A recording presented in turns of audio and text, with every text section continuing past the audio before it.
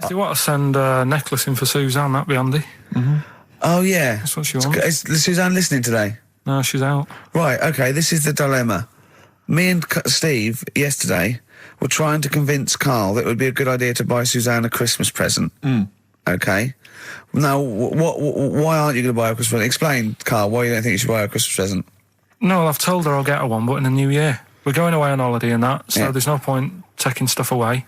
Yeah. Going to Lanzarote next week. Just get her something in the sales after Christmas for the, Yeah. Right. Me and Steve were trying to explain to Karl that she would love it if you bought her something on Christmas Day. Yeah, but she knows now. But Knows what? I've told her. So no, well, I'm going to tell you. Do you know, right, this, dear listener, this was Karl's worry. I said, I bet she's got you something. And Karl was worried in case he got her something and she hadn't got him something. Yeah, he'd be livid. He didn't want to be down. He didn't want to be a present down. Yeah. Look at his face. So buy her a nice necklace. Don't spend, just spend £100, you know, just a little token. We're going away. We're going taking her away on holiday. No, you're not taking her away, are you? What, you're paying for it, are you? Yeah. Are you really? Well, half and half and that. Right. So you're paying for you to go on holiday? That's good of you. So the gift is your company, really? She's done all right. She's done all right. Why do you talk like you're 60 years old? And you've been working down the mines? I don't know that she's done all right.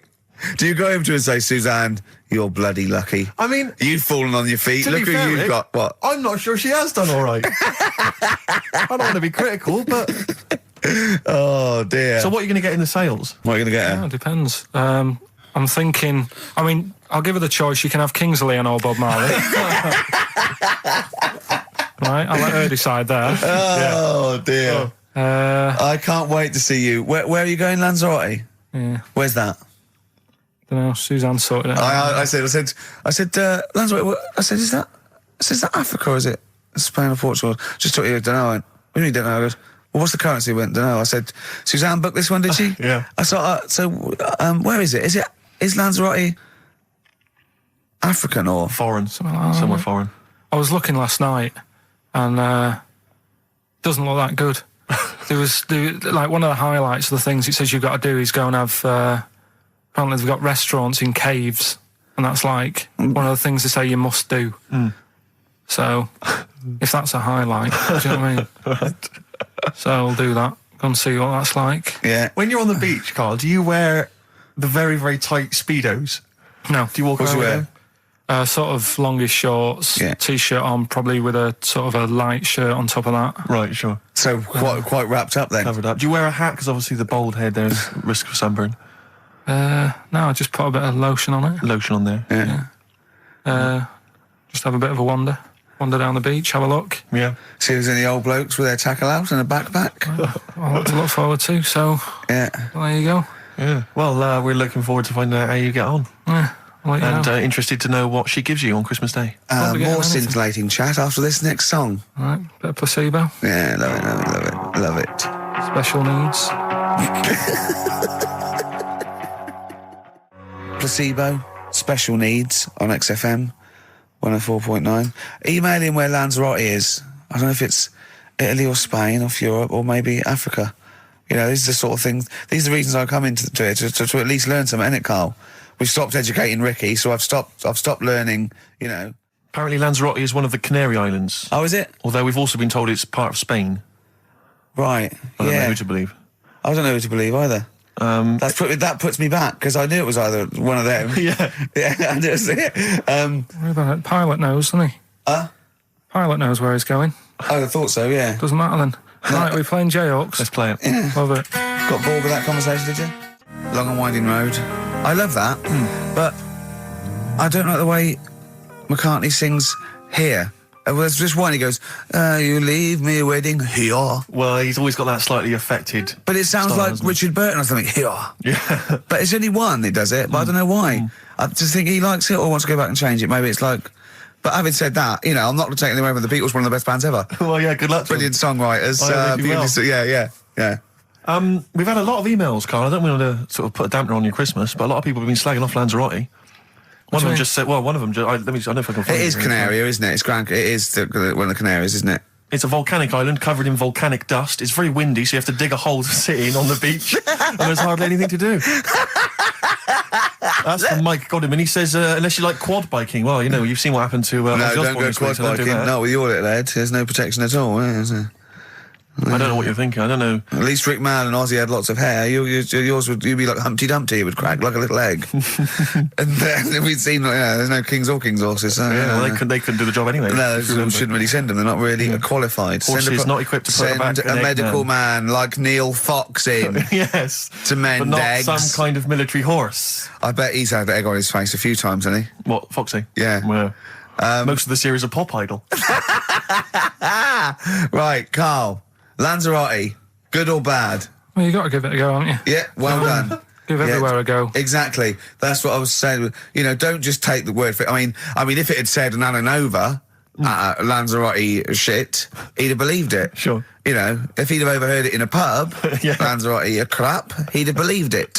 He'd have seen it on a website that was mainly concerned with monkeys and witches, he'd have believed it. Yeah.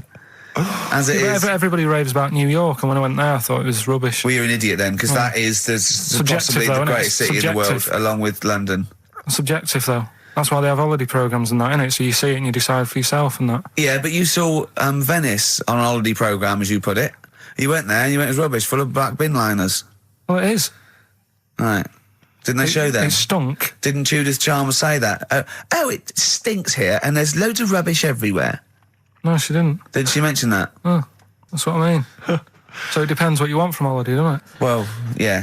But So, you're an idiot if you don't like New York, so next. Anyway, come on, break up, guys. Kiss and make up.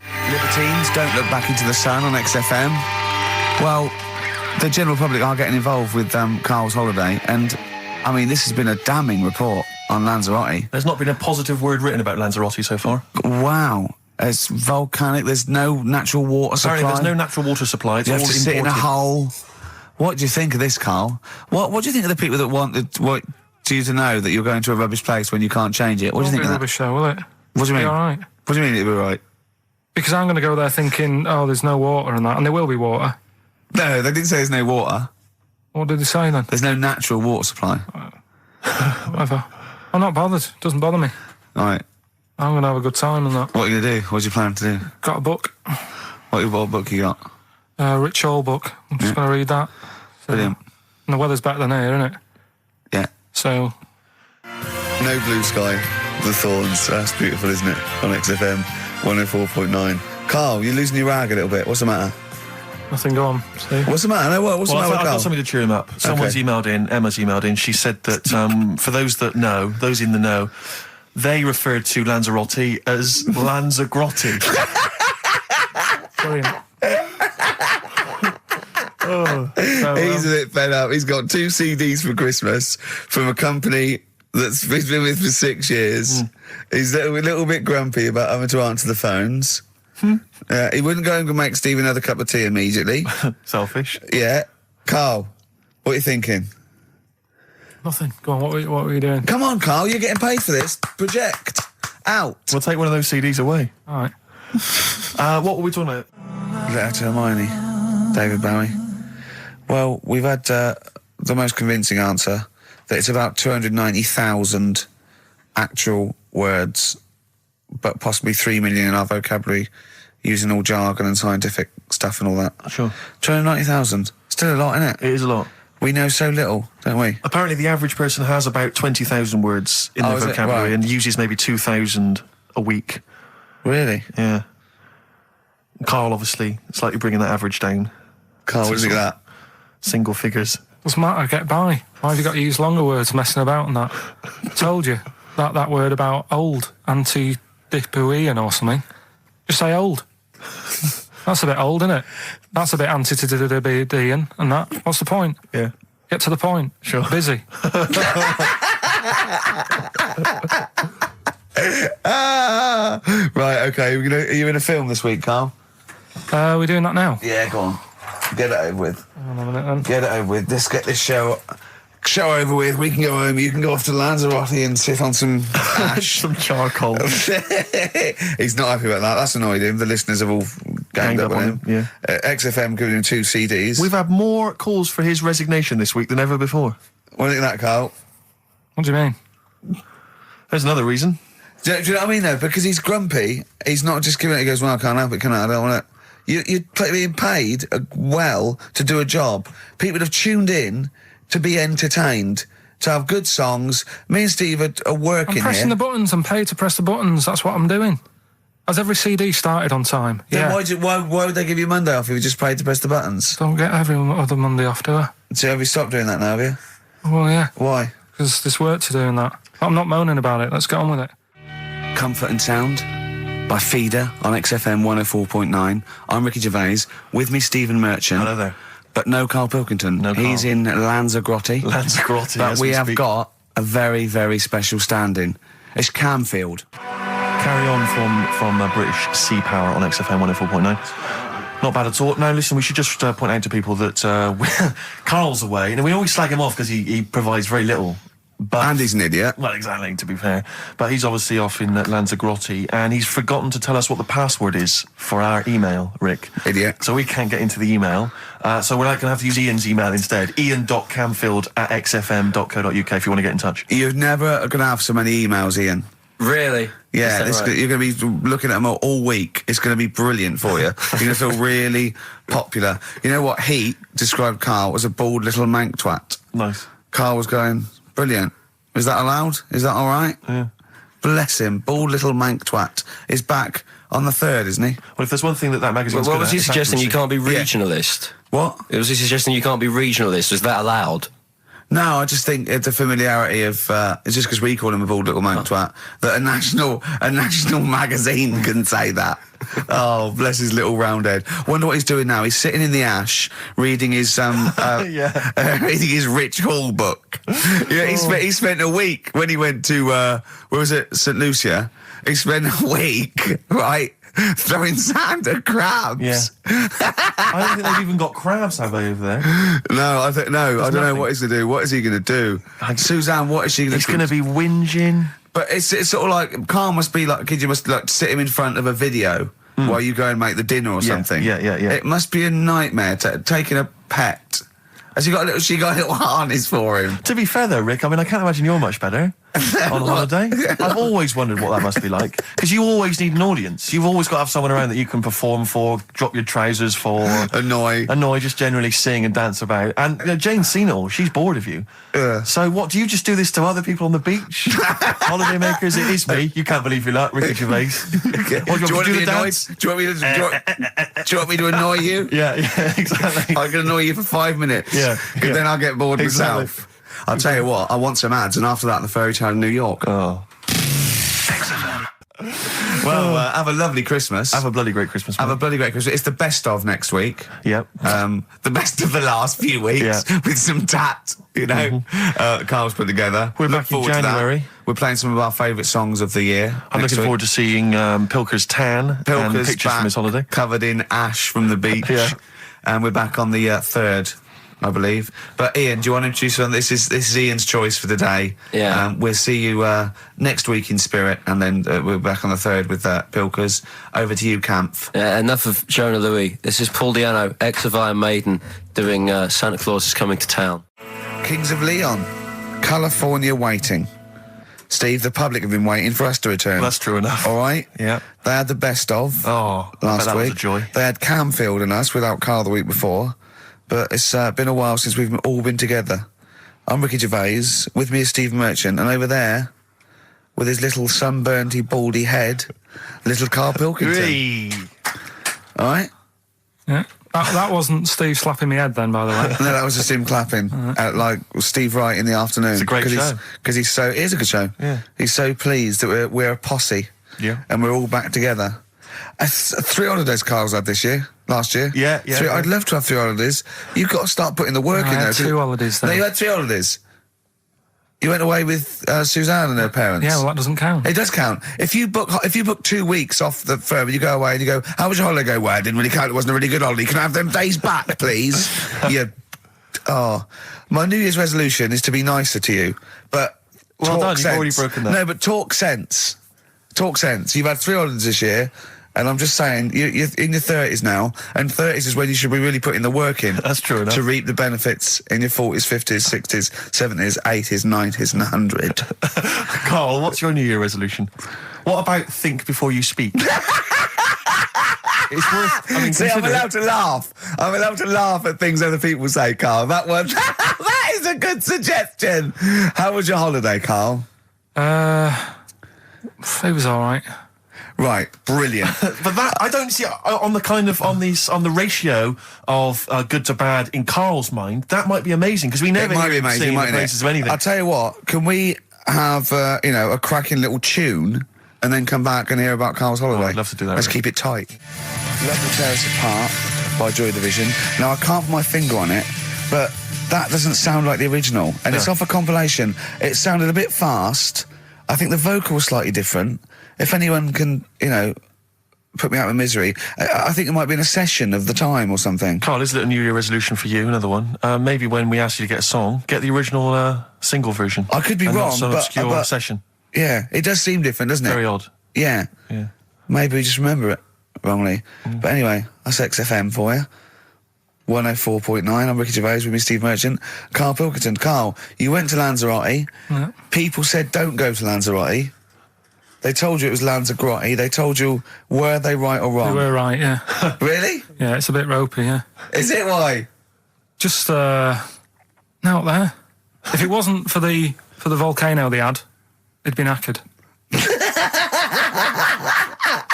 That's their big draw, is it? That's it, basically. That's all they've got going for them. When you landed, was it really hot? Were you quite excited? You were thinking this is It was okay? warm. It's we can't complain about the weather. The weather was all right. Sure. You know what I mean? That's what I went for. But it'd be nice if there just was something else. Yeah. What did you do all day then? Did you read your ritual book? No, I didn't read that. I read that book. Do you know the book that I bought and all the chapters were messed up? Oh, yeah. I bought a better version of that All right. and I read that. Excellent. And then, Did it make more sense in order? yeah, a lot easier to follow. Yeah. And then we went and had a look at the volcanoes and that. They've got 36 of them to look at. How many did you look at before you realised that pretty much, you've seen one volcano, you've seen them all? Probably about 6 or 7. Really? And then when you got to the 8th, you thought, now I know what this is going to be, Suzanne. This is going to be like a mountain with a hole in the top. Yeah. Really? But it happened years ago as well. It's like, just keep a couple, fill the rest in, tidy it up. Fill the rest in! Yeah, no, Well, yeah. getting some builders. No, seriously though. Okay, Or a 4 death million trap. tons of concrete, please. They're an absolute death trap. Yeah, what? Yeah. What do you mean fill them in? Do you know what a volcano is? It's just a hole, isn't it? That's happened Well, it's more than the happened back hole. It's in- more a portal to the magma in the centre of the earth. back in 1730. It happened, and they still haven't sorted it out. Well, when you say it happened, volcanoes were made a lot longer ago than 1730. No, but the one that did Lanzarote in, Right. sort it out. What would you suggest? How tidy can they up. fill it in? It's joined. It's all joined. No, but what I'm And saying is, it was the a- big it was- plates of the earth are all joined. It All was the a disaster, magma's wasn't it? joined. With the trade centre thing, that happened. They cleaned it up, sorted it out. They've moved on. That's what I'm saying. Whereas Lanzarote have just gone, leave it. It happened back in 1730. You misunderstand me. How, in the name of God, can you fill in a volcano? You ignorant twit. No, but it's not just the holes. They've actually left the lava everywhere. That's what I mean. It's not just the big holes. There's lava everywhere. But it's molten rock. They can't just pick it up like they're like a carpet. Put it in the holes. The holes are there ready. Just push it all in. That's what I'm saying. What exactly is there then? Is it just a kind of moon-like kind of surround with just kind of dust and rock? That's exactly what you see. I was there when the Mars thing all went wrong. Yeah. I would have just sent a camera crew there, filmed a bit of that, right, and say, "Here we are. This is it." Ignore the little coffee shop in the background. Right? This is Mars because that's where it's like just loads of dust. Yeah. Holes everywhere. Tidy it up. Little round-headed aliens complaining. yeah. It's Whinging. just like Mars. Yeah. So So, is there what's the best bit about the holiday? Come on, pretend you're Judith Chalmers. I have been doing. I would have done all. I would have said that. Don't bother. Right. I mean, the hotel was good. Yeah? That was all right. What was that like? It's all right. Just clean. That's all you want, isn't it? See, that's not quite what Judith Chalmers does. She doesn't go, what's the hotel like? All right, yeah, clean, isn't it? All right. What was it like? What was it? 3-star, 4-star? Did it have a swimming pool? What was the room like? Had a swimming pool and that. Yeah. Yeah, it's good. If you know, I think it was one of the better ones on the island. Okay. Nightlife? Wasn't really. And there was a bar. There was some bands playing. Yeah. Not very good. Food got a bit boring. Yeah. It was always the same food every night, but they sort of themed it and made out as if it was different. So, like, on Mexican night, it'd be chicken with a nacho on it. Right. And Chinese night, sort of chicken with a little prawn cracker on it and stuff. Sure. But that got a bit boring. That's me just turning on my phone because I want to read to you a text that I got from Karl. I think you sort of sum up the holiday in this text, don't you? Do you remember it? I can't remember. Let's have a look. Let's have a little look. Instantly, what did Suzanne, your girlfriend, make of it? Similar view to you, that they should fill in the holes? Yeah, it's just that thing. You see, I went on a coach trip, right? And you go and see the volcanoes. Like I say, there's 36 of them. Yeah. Which, you know, how many do you need? And when we're on the coach going round all these volcanoes, the fella on the front's going and look out your left window at the moment, and there's a volcano. And if you quickly look out at the right-hand side there, there's another one. Right. And on the left, he's just like, all right, we've seen it. Sure. Do you know what I mean? Yeah. And that trip, I mean, we'll talk about that trip in a bit. Right, this is the text I got from Karl, right? All right. Been up to a volcano. Been in some dead artist's house who built his house in the lava. They said they would show me science with volcanoes, but all they did was chuck some water in a hole and it shot up in the air. No dwarves in the canteen, no scousers here, but there is a Swede woman with a big head. She looks effing gormless with a cap on. All right? So a little reference there to... A Swede woman? What's that mean? Do you mean Swedish? Yeah. Or she looked like a vegetable? No, the Swedish woman. But they've all got sort of quite big bill, aren't they? And I sent him a text. Oh, well, it's just good to be on holiday because, you know, I'm working. He sent back, so am I. Just been watching Sky News. There is a school for monkeys who want to get a band together. Is that monkey news for later?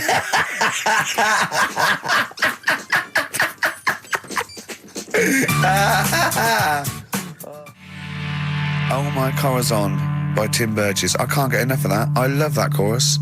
On XFM 104.9. Ricky Gervais, Steve Merchant and little Karl Pilkington. But it was a nice holiday.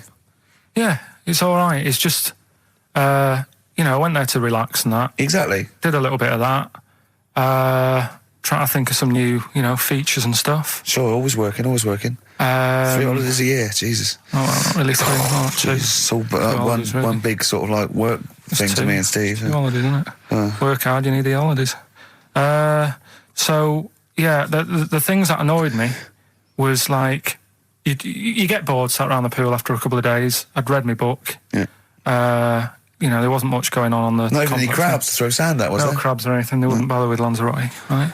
So, decided to go on a little trip. That's when I saw the volcanoes and that, 36 of them.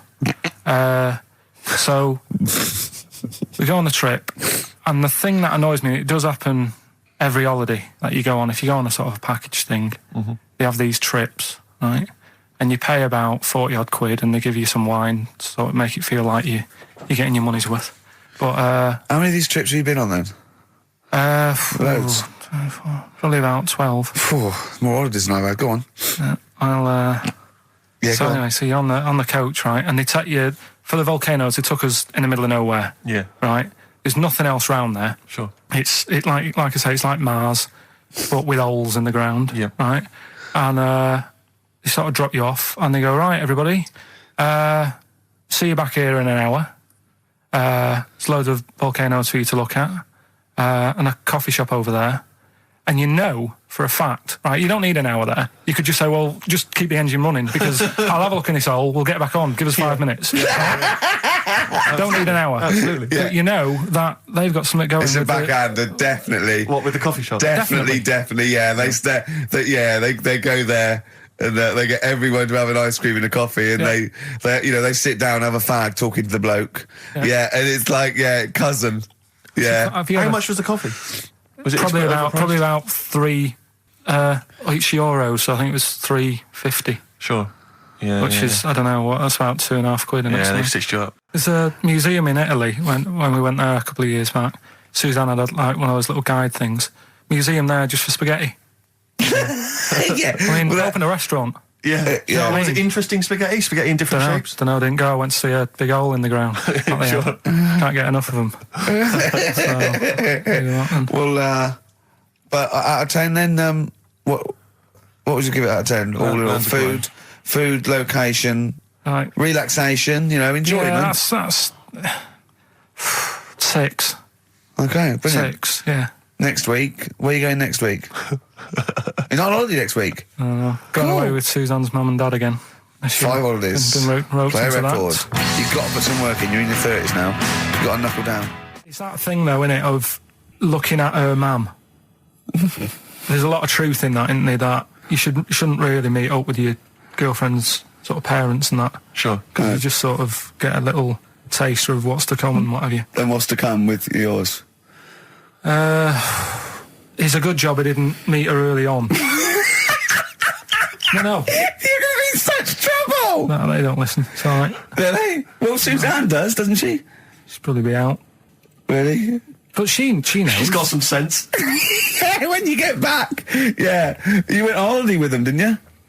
Yeah, we've been on since then, haven't we? I don't think so. Yeah, I went on holiday last week, been away, but that was just me and Suzanne. Talk about that later. Yeah, okay. Well- That's coming up. We noticed today how much he's simian, isn't It's he? very strange, actually. We maybe should try and get a picture on the website because Karl's arms are particularly chimp-like. It's They very, really very are, strange. because he's got that he's got long downy hair. It's And not the like long extended knuckles. Yeah, and his totally round face that sort of the chin goes back and the dome of his cranium. I think, quite seriously, I know we sort of share about 98.5% of our genetic material with bonobos and chimpanzees, but I think he's got a little bit more. Yeah. I honestly think he's a little bit of a throwback. Just his line, they just kept to this sort of really the ugliest one in the cave and the tree, and he really didn't. He didn't come out of it. I'm not saying you are, I don't think you are. Yeah, you're chimp-like. No, it does annoy me. My hair annoys me on my body and that. Because I've got like hair on my little toes and that. Have you? And on the legs. Would you see your little toes? Can you pick things up with them? I've tried. Okay. Well, that's the finale of this week's show. We're going to see if he can play a record and put the fader up From a tyre, while swinging in on a tyre. just using his hairy toes. Yeah. I've sort of got hair all the way, but then it just runs out where it should be. On the I top of your know. head. Top of my Yeah. head. It's And just- is this part of the reason why you're always uncomfortable about, being nude or around naked people? Is that partly the reason, do you think, because you look so grotesque? Well, when I'm on holiday, I don't really like wandering about without a top on unless, like, it's a quiet beach or whatever. Sure. There's So what would you there's normally wear? need. Shirt I just and have tie? like a nice sort of light, summery, sort of linen shirt, maybe, just a few top buttons open. Yeah. But I don't like the naked body. Isn't that nice anyway, is it? You know what I mean? Whatever it is, if you're a cat and you're shaved, you don't look that nice. Do you know what I mean? But with I hair think on you'll it- find a cat is naked even with its fur on. Cats don't wear clothes. No, but what I mean is a bald cat isn't that good. You know it does me head in that I'm bald. I'm not. I wish if I could have hair, it would be nice. But that's life. Would you isn't it? prefer animals to wear clothes like Mickey Mouse does? Or Goofy? You know that I don't like nudist and all that. We'd love to. You can ask him all the other questions because Carl, as I said last week, he doesn't feel his own testicles because he doesn't like the feel. Yeah. So I'd like a doctor to explain to him how necessary that is. And this is truthful as well. I've got very slight pain around the genital area at the moment, and I think it might be some kind of groin strain, but I'm a little bit anxious, not entirely sure Yeah, what it is. you've been with me twice when I've gone along to get them checked. Yeah. And I go, oh, what's that? Yeah. It's terrible. I mean, but it's usually I think you're in a pretty low risk, aren't you? I'd hope so. You're coming out of the 20s. I think testicular sort of. I shouldn't be doing this. I'm not qualified. They told all they said was to me sort of like it's 20s and 50s. Mine- So we're in. Mine sort of felt like they dropped a bit the other week when I was on holiday. I don't know if that's like when you're relaxing or I was wearing shorts a lot. How far? If it's 2 foot, it's too far. I was having problems walking. What do you mean? Why? No, it was just a bit, I had shorts on all day, I'm happy, I'm walking about on the beach, what have you. And then, at the night, when I put some long trousers on, I was sort of walking like a rickets. They probably like stretch a little bit. Sometimes, I told you when I was about 18, I was scared. I went to the doctor. I felt a pain, right? And because I was doing biology, I thought I'd show off this doctor. I said, I've got a pain. I think it feels like it starts in the epididymis and goes up through the urethra either. And he went, finger up the arse. He said, your jeans are too tight. They're squashing your balls. So we want a doctor like that. So what's the phone number again? It's 0871 222 1049. A qualified What do you doctor. mean your balls dropped, though? We've got to come back to this. I don't know, they just felt like, it's not too bad at the moment. I was alright on the way in, but it was I feel twinges all the time, but you never know whether it's just because they're but they felt like they weren't my own. Do you know what I mean? They sort of felt a bit like these are. There wasn't a bloke standing really close to you, was there? You didn't get them mixed up, did you, on the way back? On the flight back? Someone else has got Take a leaf out of nudist books. They just walk around, they've got nothing on it. About nudists. Why? Well, let's play this ad break and that. And Have you had another encounter? If we've got time, I'll tell you about it. Have you really? Oh. XFM. Now, Karl, you haven't told us about your holiday yet. You were meant to do it last week and you didn't. You started telling us, but we didn't have time because we had to do monkey news about a monkey who was a director who cared about lighting and stuff. Is there more monkey news this week? Is it as... okay. Is it real monkey news? Did it happen, or is it mostly embellishment in your round little head? It's proper stuff. Yeah. Okay. Good. So holiday. Where did you go on holiday? Sardinia. Good. Yeah, it's all right. Yeah. Nice food and that. It's important, isn't it? Yeah. And nice beaches and what have you. Excellent. Always like a nice long beach to walk down. Yeah. But so we're having a nice walk, right? You know how nudists do me head in. Sure. Right. Not a problem though, is it? It's not like being scared of spiders where they might jump out under the kitchen sink at you. You know what I mean? It's not a big problem having your head done in by nudists. Yeah, but it just annoys me. It sort of ruins the day a little bit because it makes me feel uncomfortable. Right. Take your clothes off if you feel uncomfortable. It's much more relaxing. Yeah, but well, anyway, right. So I'm walking along the beach, right? Lovely long beach, what have you? You know, watching the sea, picking up shells and that. And what are you wearing? What's your natural beach club? When he says picking up shells, I imagine he's on all fours going, Yeah. like that, you know what I mean, looking at things. Just like washing his nuts in the sea to get them tasty. Yeah, going into the sea and then kind of shaking himself and all the water flows off. Yeah. I've just got, flip-flops on, pair of shorts, and like a little light shirt. Sure. So anyway, walking along, and Suzanne goes, "Oh look," right? And there's this woman, German, I think, coming out of the. How can you tell she was German? Underarm hair. I'll get to it. Forget Okay. the underarm hair. She came out. It looked like she was smuggling seaweed. I'm gonna burst! I'm going to burst! Oh God! And the funny thing is, right? Smuggling seaweed! Oh God! She was a bit hairy down there, was she? Mental. I felt bad because I hadn't had a shave for 2 days, right? Looked at her, it was ridiculous. She might as well have kept her trunks on. It was just like she was wearing furry trunks, right? So anyway, so I'm walking along. So... Yeah, go on then. So Suzanne's like, "Oh, look," and I'm like, "Oh, not again," because every time we go away, there always seems to be one of these. Is she by herself, this woman? Well, the weird thing was, she was with her husband, right? Yeah. But he had shorts on. He was happy, right? But every time, because I walked past her, and he sort of ran off, because he's embarrassed. Do you know what I mean? There's nothing normal about it. What can he do? He can't go, "All right, mate," because he knows it's odd, right? How old was he? Sorry, how old was she? It's hard to tell when someone hasn't got clothes on. Sure. Do you know what I mean? They always look older, don't they, when they haven't got clothes on anyway. But I'd say she was about 40, 41. Okay, right. So I walked past, and the annoying thing is, she got there on a bike, right? No clothes on, little pair of boots next to the bike. So if you can wear boots, just pop some shorts on. You know what I mean? That takes more effort for me, putting boots on. So put the shorts on, right? So anyway, so the husband kept running off, I walked past, and I'm getting annoyed because I'm saying, well, we've got to walk past them again on the way back. There's I no like other the way. fact that they're scuttling away when Carl walks past. Like when you lift up a bit of sort of iron sheeting in the woods and loads of mice run away. Yeah. It's like whenever Carl goes, that nudists run away. Yeah. Oh, right, okay. So we sort of come walking back and what have you, and you know, I have another look and what have you, and he runs off again. Why are you another look if it offends you so much? Oh, you might as well just have a look. You know what I mean? It's just putting it on show and what have you.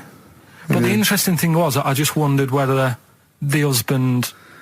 If the husband were nude, you'd looked at his tackle. Because remember when you went to see those two strippers and it was a woman and man and they whipped their shorts off, you said you looked at his tackle first. I think any bloke would. Wow. You would. You just check it out. It's natural, isn't it? You just go, oh, right. Go So on it then. is normal or whatever. Because you don't know if you know what I mean? You don't know if what you've got's right until you see someone else's. No, do you know what I mean? Yeah. Go But on. anyway, so, but he got us talking because I was, then, as soon as I saw her, sort of, day's been ruined a bit, so I'm walking up the beach. It's been ruined! Walking up the beach with Suzanne going, how does it happen? Do you know what I mean? Why do people do this? What fun are they getting out of it and what have you? And I just was thinking, is there any chance that fella, right, didn't even know that she was a nudist until they went away? Do you know what I mean? Because I Yeah. said to Suzanne, if I met Suzanne, it's like we're getting on, yeah, everything's fine. Yeah. And then you go off on holiday and you go, you haven't got much luggage. And she's like, no, it's fine, this is plenty. And I'm thinking, that's weird. And then we go down the beach and she whips her knickers off. I'd be annoyed, but there's nothing I could do. Do you know what I mean? Sure. So I'm just wondering whether that's what happened to this fella. Every time someone came walking up, he was like, oh, God, this is embarrassing. And he Yeah. kept nipping off, Yeah. finding something else to do. Look at some shells. So I'm wondering, Rick, if at some point, maybe today or in future shows, we should get a nudist, you know, one of those official nudist spokespeople, you know, because all these nudist organisations, get them on the phone, justify themselves to Carl, because, you know, in his mind, they are, what would you say, weirdos, freaks? I don't quite get it. I was reading something in one of the supplements last weekend, and some journalist went round to some, whatever you call it, some resort or whatever A nudist for colony, nudes sure. and that. And it's Were they just playing volleyball? Well, the annoying thing was bowls. Why is that annoying? Well, don't play a sport where you got to bend over. Talking of campaigns and things and that, did you see Sir Bob on Jonathan Ross last night? Sir Bob Geldof. Sir Bob Geldof. Yep. Are you going to walk to Edinburgh or sail to France, Carl? What do you think of all this? The G8? I think it's good that, you know, he's doing some stuff for the world and what have you, but probably won't bother No? having a walk. What do you make of all this campaigning? You know, he's dedicated his life to this now, hasn't he? Yeah. I mean, it's interesting. I was watching him last night, and I respect the man. I mean, he used to work here, didn't he? Did some shows and that. Mm-hmm. It's good. It's all right that he can do it, but I assume that's not why you respect him. I assume you respect him because he's trying to save a nation, as opposed to used to work in XFM for a while. yeah, I know. But I'm just saying is it's good that he's given up a lot of his time to, you know, try and save the world and that. But you know, there's a bit of me that's kind of like, you know, is he wasting his time a bit? You know what I mean? Right? Well, what do you mean wasting his time? Well, he tried it before, and No, wait. What he's trying to say is that the G8 are I think the 7 most rich, wealthy nations in the world, and Russia, and they get together and they can wipe out the third world debt. I.e., they owe us billions and billions of pounds. They can't afford to pay it back. So he's going to say, let's wipe the slate clean and pledge, I think, a lot more aid and stuff to them, isn't it? Mm-hmm. So what do you think of that? but won't they just do it again? Right, what's you thinking? No, I just mean. I knew I had a little diamond in the rough here. I mean, obviously, you know, I admit I brought this up because I really wanted to know what Karl thought of it. Sure. Yeah, I had ulterior motives. It wasn't just for awareness for the very worthy cause. It was because I know. Look at him looking at me. Look at him. He looks at me like a cat. Honestly, it's like there's nothing behind those eyes.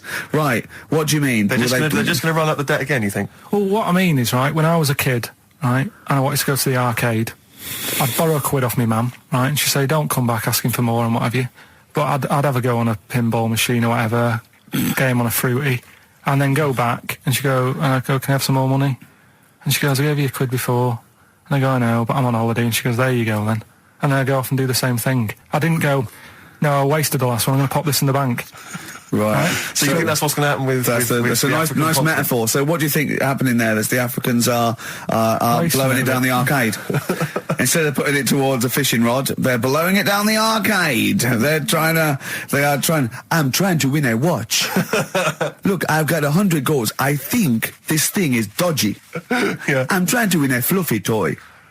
Bob's saying you're never going to get the Snoopy. You're never going to get the Snoopy. It's always going to fall out of the little claw It's before it rigged. gets to The the top. claw is not strong enough. Yeah. Do not waste it. No, Midge. Midge, you have to write a song. Write another song, mate. They've blown it down the arcade. Brilliant. Pushing the Senses by Feeder on XFM. Ricky Gervais, Steve Merchant, Karl Pilkington. Right. All right. How you doing, Karl? Yeah, I'm all right, yeah. Another holiday? Well, it wasn't holiday. Well, it was. You had 5 days off work. Why isn't it holiday? You had 5 days not working for a living. You know how many days holiday gets a year now? 29. Oh, that's more than teachers, isn't it? It makes me sick. It makes me sick. Well, I know the kind of hours you work, Rick. It's mad. I mean, if you're not in work by midday, you're furious. No, but I mean, I'm always... 29's normal for the normal working person. Yeah, but, you know... And anyway, it wasn't a proper holiday. I went to see my mum and dad. It's nice to see them and everything, but it's not holiday, is it? Why? It's not going away. It's not getting on a plane, is it? Going away. Oh, is that definitely a holiday? What happened before 1950? I don't know. People used to go... Yeah, exactly. People used to go to Blackpool or Brighton. That was holiday.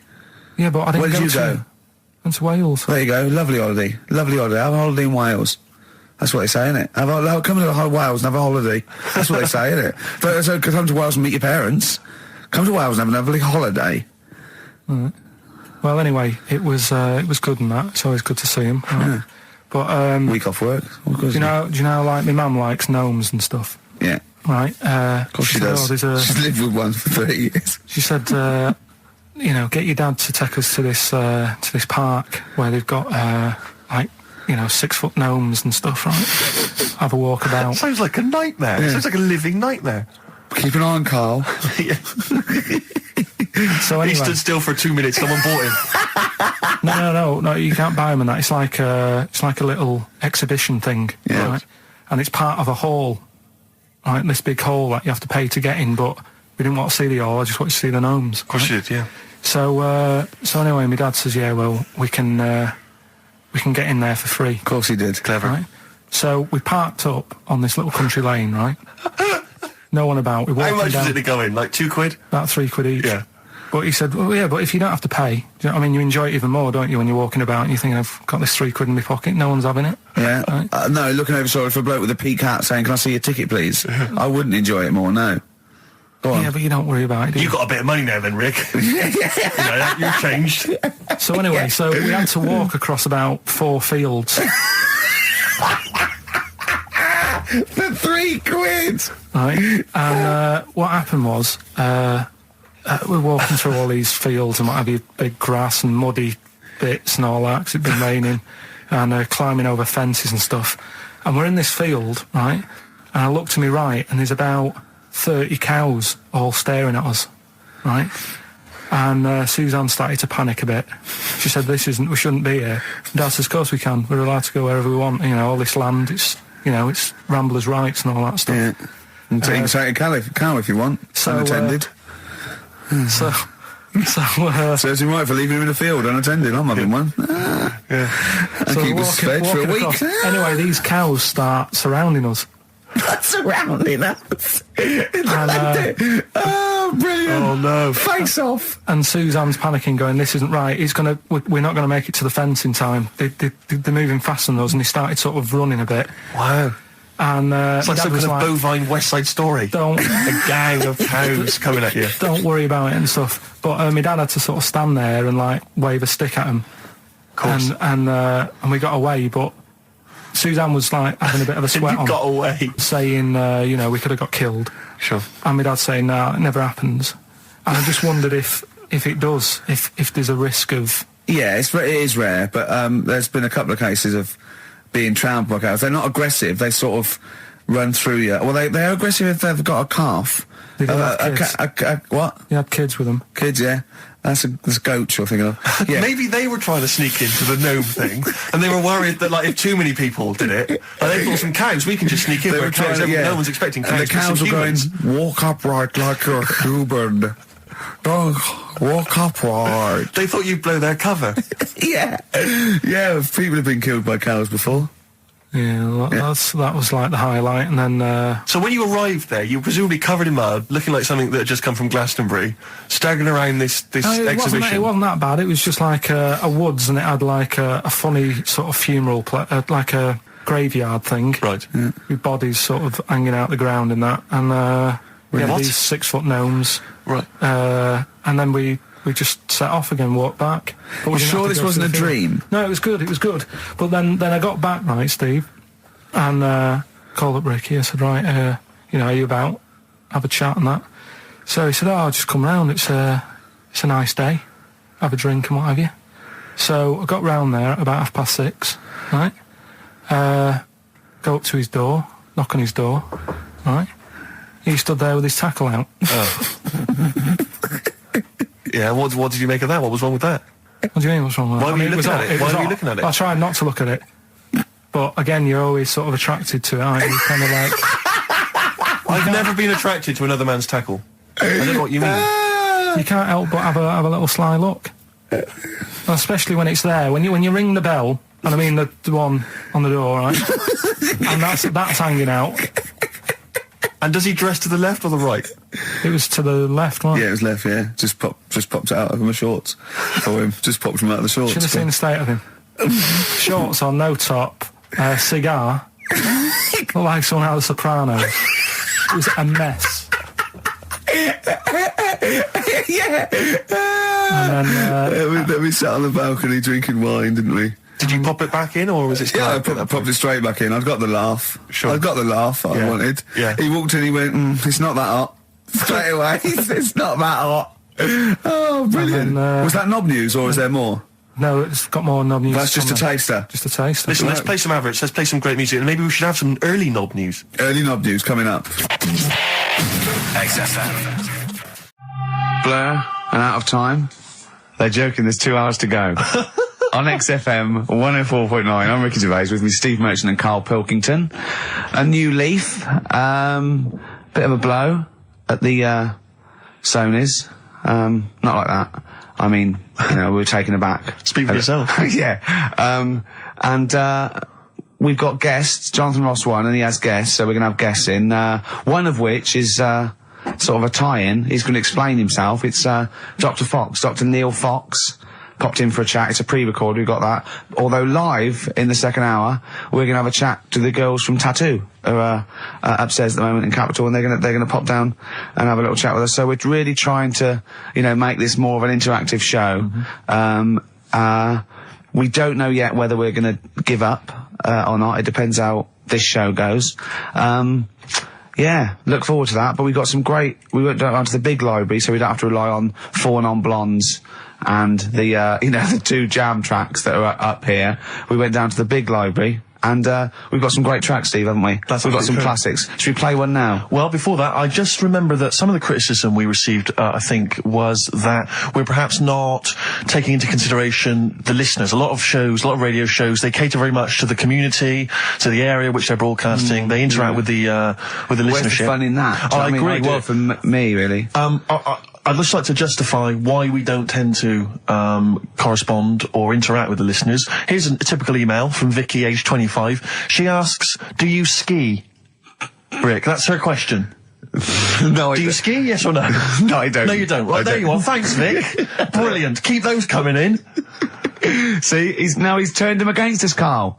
What do you think, Karl? What do you think of Steve's attitude there? It's alright. More insight like that coming later.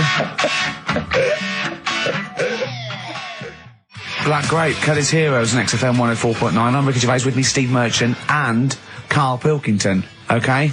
Proper radio. As you know, we're a bit gutted that we won nothing at the Sony Awards. We found out that on the panel was Dr. Fox, probably one of the greatest DJs in the world. One of the great living broadcasters. I certainly think that he's up there. Yeah. With Tarrant, John O'Coleman. And so... And Chris Moles. Great Chris Moles. We asked him to... He's also on the, Pop Idol panel, so he can make and break people. So we asked him, basically, to explain himself, why did we win nothing? Why were we so bad? This is what he had to say. The award, guys, was called the Entertainment Award. All right, now, in itself, I think that should probably tell you something about what should be on the tape. There should be some entertainment. And it just wasn't very entertaining, actually. I don't mean that sounds quite horrible sitting here in front of you now, but it just wasn't very entertaining. But fundamentally, what elements did you not find entertaining?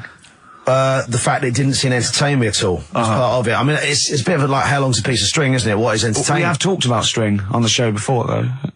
Then there were loads of people I'd never heard of in my life, and some of those were perhaps a bit more entertaining than you. The people that got silver, I think they were called Joe and Twiggy. They worked for a station in the Midlands. I think Trent FM. They were actually pretty funny. Funnier than ours stuff. Yeah, yeah, they were actually. Yeah, they were funny, and they seem to sort of understand their local. They seem to understand their market a bit more. Yeah. And then I got onto yours. I think, oh, great, Ricky Gervais. Yeah, he's really funny in that program, isn't he? I must watch that. I'm going to absolutely die laughing here.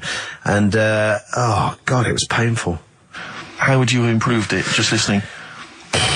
Bit of humour, be quite good. Bit of humour, essential, I would think, for an entertainment show. A bit of prep, a bit so get in there and actually think about what he's going to do, perhaps.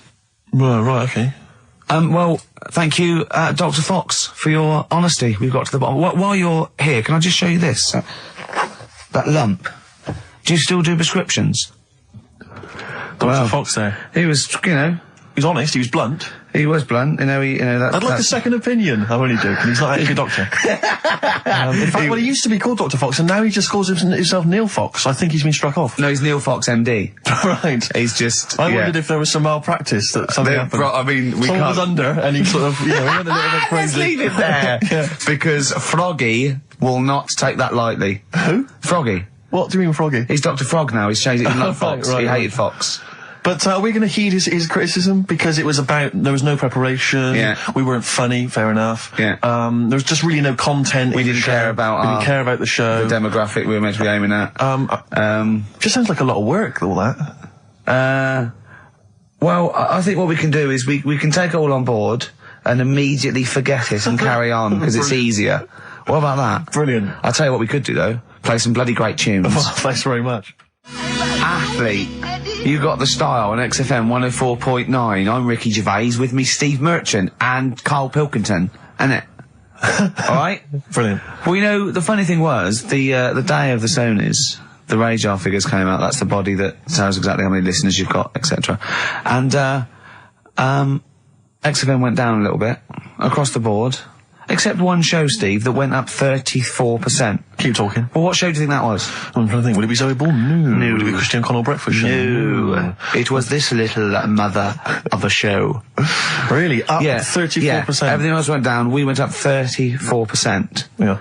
So maybe Dr. Fox should be listening to those figures. Indeed. Yeah, will we get a pay rise? Will we get a 34% pay rise, Karl? Ooh, up to 80 quid a month. No, because for the last, 2 years, there's been nothing there, and you've still been getting the same money, haven't you? That's the way it works. There's been what, there? You're not paid per listener, are you? It's just... You know what I mean? It seems like it. I think they've each given us 5 pence. Exactly. I went along to, I came in for the presenters meetings I've never been to before. A presenters meeting. I didn't know they existed. And I just came in to annoy Karl. It was about 5 to 6. So I was going to get him as he knocked off. We're going to have a Sorry, and the presenters meeting is what? That's where they dish out which amusing news stories they're going to read out, is it? Yeah, no, what order they're going to play, Athlete, Coldplay, right. the Vines. And, I went upstairs, all the people there, and, quite interesting, wasn't it? Karl? Yeah. You know why the figures went down a little bit? Come on. The war. Is that what they said? The war, yeah. At one point, I said to Karl, just how many listeners died in this war then? Because I thought he was saying that they were at the front. Yeah. Or XFM listeners went, well, I'm going. Yeah. I'm going to Iraq. Well, the reason our listeners... Tell Zoe to tape it for me. The reason our listenership went up is that just tells you who's listening to us. Cowards, yellow bellies, children, women, people with fallen arches, terrorists. Oh dear. Yeah, I didn't. It was quite a good meeting. Now I talked to. So what exactly? Is there anything I missed out on? Is it No. They just, it went down a little bit, except our show, which went up 34%. Up 34%, but no awards. Remember for that. And then you went out. You went out afterwards, didn't you? Yeah, we went to a bar, so a couple of drinks and that. Yeah. And then a few of them went onto Stringfellas. No, they didn't. Well, some of them did. Zoe Who? did. Zoe and a few of the office people and that. I went home. Stringfellas. Yeah. To what? To watch lap dancing? To beat what? Yeah, that's what goes on there, isn't it? I know, it's mad, isn't it? I've never been to Stringfellas. I don't know what happens. But no. What? Why would they? I don't know. I mean, I was talking to people about it the day after, and they said, "Oh, you missed out." And I said, "Well, did I?" I said, "Well, how does it work?" They said, "Well, you pay." Never quite understood lap dancing. Never quite understood it. It's basically someone dancing naked, rubbing their arse in your face. Yeah. That's basically the gist of it, is it? But you can't. The rules is you can't touch. Do they do a home service? I just think it's nearly. I've got to be careful what I say here, but it's sort of. I'm not dissing Stringfellows or anything, but is that not sort of like one step down from prostitution? That's such an antiquated. What are you from the 19th century? No, but I mean, what? It's like it's. Well, I don't quite understand it. Have you? I don't get it. I don't get it. Because the thing is, I said, how does it work? They said, you pay 20 quid, you get some clean money, sort of like little vouchers that you stick in the knickers or whatever. Oh, God. Clean money? Yeah. Disinfected money, okay. Well, just like vouchers. Can you put loose change in there? Because I got a lot of that. But, I owe you. Yeah, go on. 20 quid it is. Right.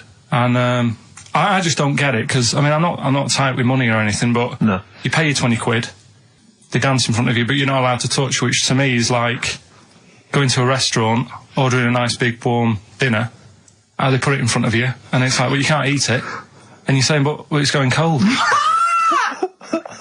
I love the idea of some bloke sitting in Stringfellows, businessman, right, he's paid £20, there's an arse waving in his face, and he's going... Can I not just... They go, don't. So he goes, it's going cold! Look at it, it's going cold! Oh, that is brilliant.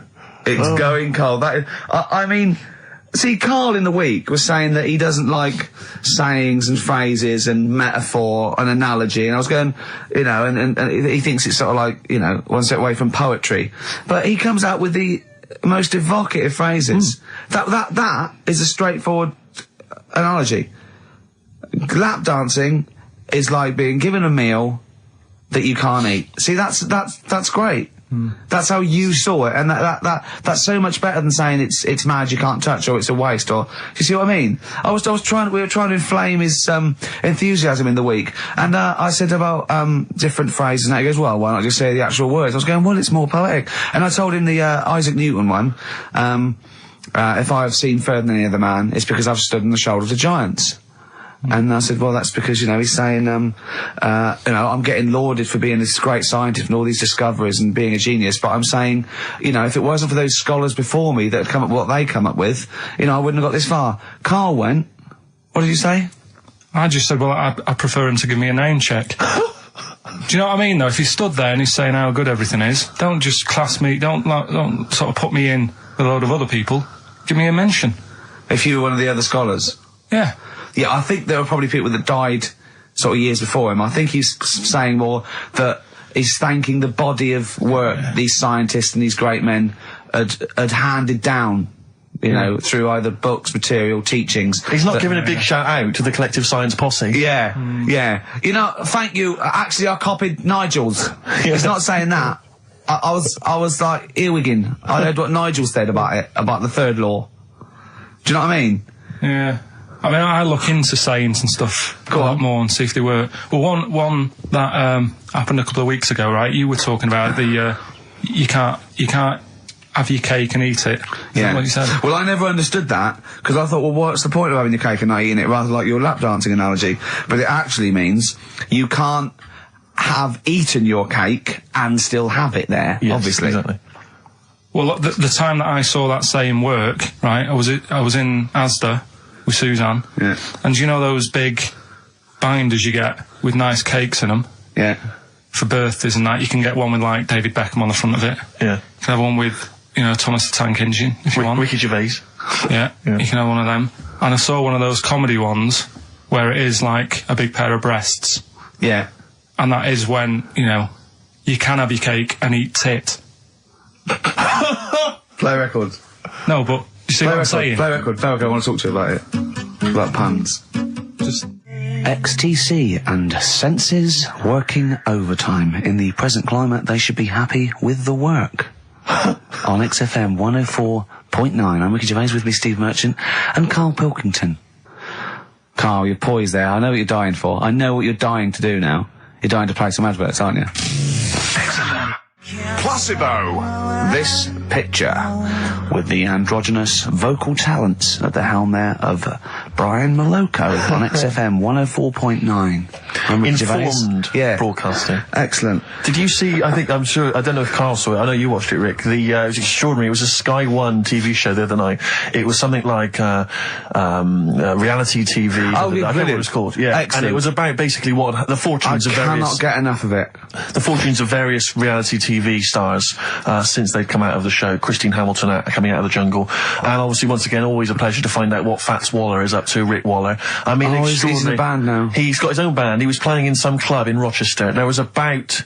It's sort of gospel, people in the sort of gospel rock, that sort of soul gospel rock thing, like something you see in the Commitments or something. And when it cut to the audience, it was like it was in Butlins. It was just a big dance floor, and it was just people watching indifferently. And you went, the people that were here loved it. I mean, it's a bit sad. I have to say, I know. the size of the man, his leather jacket, Karl, was extraordinary. I don't know how many animals had to die to make it. It was like... You know, it was It looked like, if he'd have fallen off, it'd have been like the Hindenburg. Yeah. Because... It was like a Zeppelin. Oh, the humanity! It was extraordinary. I still think, when I see him wearing a coat like that, it looks like he is stood on the shoulders of two other people. And it's just a joke. It's just like a circus act or something. Yeah. Because his head doesn't make sense. It looks like it's one of those things that you steam yourself in. Exactly. You put your head out that, and is that a machine you're in? No, it's a coat. Or one of those old-fashioned iron lungs. Oh dear. There were some magic moments. But there was a great, because once again, I mean, I missed a lot of the first series of I'm a Celebrity, Get Me Out of Here, but it showed once again the moment with Darren Day. Darren Day, a lovely guy, but that moment where he went off and sat on a rock and came back, and he'd written a song. I know. Which he just, and it was also things like, I'm in a hotel room in another town. I know, don't. And it was like something you'd write when you were 14. It was unbelievable. They showed it again. It's just stunning. I love songs you write when you're 14. It's like your first sort of like song where you know 3 chords, and it's always stuff like, there's a man, he's a lonely man, take a look at him, he looks a bit like me. Yeah. It is me. It's that sort of thing, like when you want to play it to someone and you want them to go, my God, you're deep. Yeah. My God, you're brilliant, aren't you? And that's about you, is it? Oh, yeah, it is, yeah. I have to say, this is such a terrible confession. When I was doing a school play once, when I was about that age, 15, right, there was a girl who was in the cast with me, right, and she sort of, she was giving me the eye. I was thinking, well, I kind of thought she was, right? And it was class. But there was another guy. There was another guy there as well. I was sort of competing for her affections. Oh no! And he was quite a witty guy. His name was Scott Hansen. He had long blonde hair. Exactly. Yeah. And I thought, well, the way to impress her, because I was 15 or whatever, I thought I was pretty smart. I sat in one of the adjoining dressing rooms, reading a copy of the philosophical book Zen and the Art of Motorcycle Maintenance, which I didn't understand, but which I sat there reading it in the hope that she would walk in and think, my God, you're reading Zen and the Art of Motorcycle Maintenance. You don't go with the crowd. You don't want to come next door where we're talking about nonsense and people are flirting. We're talking about the bangles and curly whirlies. You're in here saying, look, just, if you want to come and talk to me, you're welcome, but I'm not... I'm a thinker. I bet you thought you were Kwai Chang Caine, didn't you? I thought it was like she'd think, Jesus Christ, I've never met anyone like him. That is genius. And I remember the one time she accidentally walked in, she went, oh, sorry, wrong room, and left again. And that was it. Sorry, at 15, so this is about the time you took to wearing a bow tie to impress slightly people. Younger wearing a bow tie. I love that. No, I used to watch a lot of Harold Lloyd films, and he always seemed to do very well. I love it. I love the idea of at 15 you going, well, it's time I went to wooing. Right. Right, on with the bow tie. Where's the zen? Where's the pipe and my boater? Yeah, it's a time I got me a bow. Yeah. I love that. But songs are great as well. And the other thing you do, sort of when you're about 15, 16, is start writing songs about, like, the world's trying to take a piece of me. Hey, you think I'm going down? I'm coming back. I'm against the ropes. Yeah. They try to drag me down. It's like you want to be Cool Hand Luke. Yeah. They put me in this emotional prison. The man's on my back. Who? They try and take a piece of me. Who do? Well, You're 14. Parents and that, don't they? You're really Sometimes. comprehensive. The teachers. Yeah. I absolutely love it. I still remember a poem. I'll not say his name. We're about 14, 15, and we had to write a poem, and obviously everyone's was pretty rubbish, but we mercilessly took the piss out of this bloke because I still remember the poem, and how he did it is he went through a dictionary and found things with that, and this is a poem, right? Okay, remember? I've remembered this for 25 years, right? The reason why I had to die. Did I bleed the blood of greed? What was my destiny? And when we hear this, we were laughing. I mean, for a year, we would go, what was my destiny? It was just great. I hear it again. I enjoy the reason why I had to die. Did I bleed the blood of greed? What was my destiny? That's almost as catchy as Monkey News. Oh, God! Oh! I've got some monkey news for you. Let's play a record and come back, and I've got some great monkey news for you, Carl. That's from the REM album that people tend to forget about now because it was so kind of poppy and such a massive hit, Out of Time, but there are some good tunes on it. And there's one of them, Near Wild Heaven. Excellent, on XFM 104.9. Carl. Go on. Watching a programme yesterday, and it was about these Japanese snow monkeys. And it was all about how animals learn things that aren't instinctive, particularly sort of primates, because they see other people doing it, and they start a culture. And they can pinpoint when one monkey first went down and got in the hot water springs and stayed there because it was hot, and the others copied them, and now it's part of almost a culture, you know, that won't be handed on because it's not instinctive, but has to be learnt each time. And, you know, and they groom as normal, like other monkeys, right? But they're really intelligent. And, obviously, the reason they groom other people, other monkeys, is because they eat the mites. But also, the monkeys have learned they like being groomed, okay?